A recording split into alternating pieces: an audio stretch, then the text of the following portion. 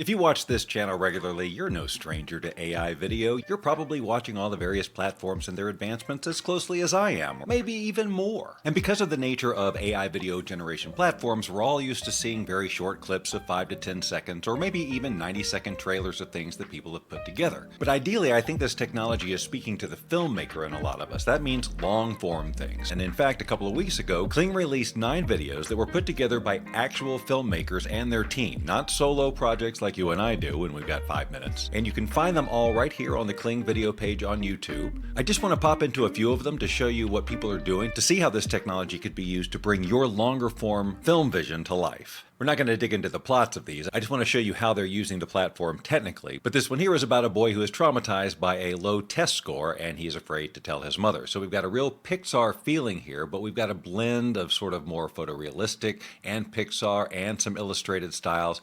We're clearly not just using Kling in these videos because there's some post-processing going on. And as I said, these were actually created by a full team. I'll give you a peek at the credits of some of these things. This is not a one-person job. This just goes to show you that these tools can be used in a true professional environment, and in this case it was used to tell a story in an animated film. This one's called Daisies, and it features a lot of explosions and destructions, which I love to see in an AI generator when it's done well.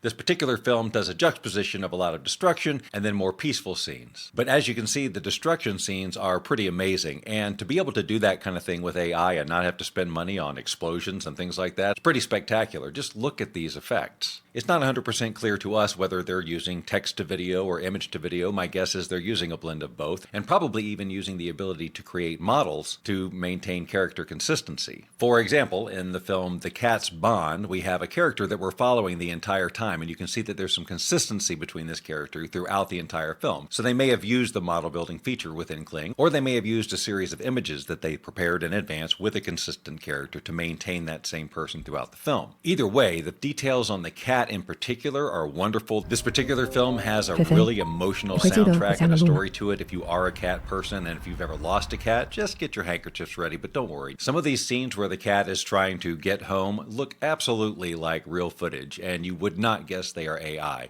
And a lot of that comes with clever editing as well and the skill set of the people making the film, but that just goes to show you how these tools can be used. Finally, in Courier, the filmmakers took a completely different approach, went black and white through the whole thing, creating a very distinct mood and a consistent alien character that you follow throughout the film. I just want to kind of skip around and give you a peek at the look of this thing. To me, it feels like a David Lynch film. It feels like Eraserhead in space. Now, these are all HD videos that we're looking at. We don't know whether they came out HD from the platform or if they upscaled them after the fact in doing the editing. But of course, we're already seeing 4K generations in some other platforms. And we obviously know that Kling is committed to innovation. So it'll be really interesting to see what we can do with something like this in even 3 or 4 months from now. As I record this, we are literally just hours away from still another Kling update to version 1.6. They just released 1.5 a couple of weeks ago, so it's clear that they really want to stay ahead of the game and give you the latest and greatest. And as soon as I get my mitts on it, which should be hours from now, I'll do a full review video on those updates. All of these advancements continue to position Kling as a cutting-edge platform that helps filmmakers and creators with AI-driven tools for content creation and automation.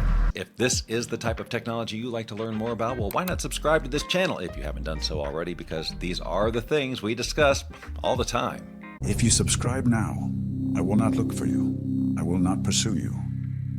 But if you do not, I will look for you. I will find you. And I